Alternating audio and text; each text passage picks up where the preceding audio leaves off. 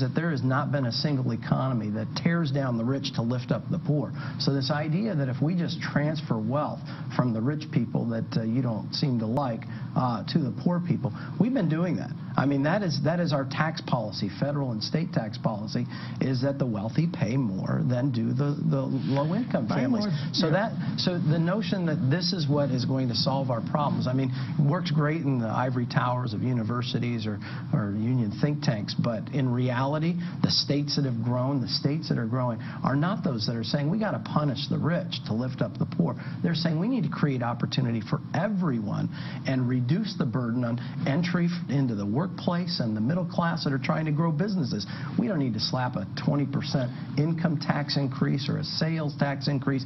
These are the things that are going to hold people back, not because, well, government has had the same share of spending in GDP and all these nice economic terms, but the reality is that the states that are growing are the states that are not pursuing the plans that Steve is supporting. We're going to head to Warrington now. Albert, you're on PCN. I want to ask Matt, why doesn't he run for governor? He's got the right ideas. Hello? Thanks for the endorsement. I'd be divorced of my wife.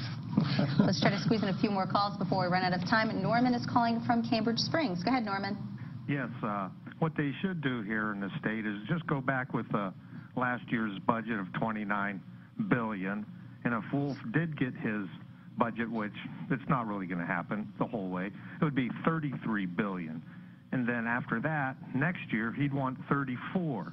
And the year after that, $35 billion. When is enough money? How much is enough money that the Democrats want? You know, I say this, and I really do believe it. The Democrats have destroyed this country. The Republicans are letting them do it. You know, I just feel sorry for a lot of people. Well, Governor Wolf has a lot of folks that he needs to pay off in this. He's going to be negotiating over contracts with 16 government unions here before the end of June. They gave him over $2.6 billion. They're going to be negotiating over $3.4 billion in taxpayer money. These are the people that are going to receive this huge transfer of wealth of that $12.5 billion over the next 2 years.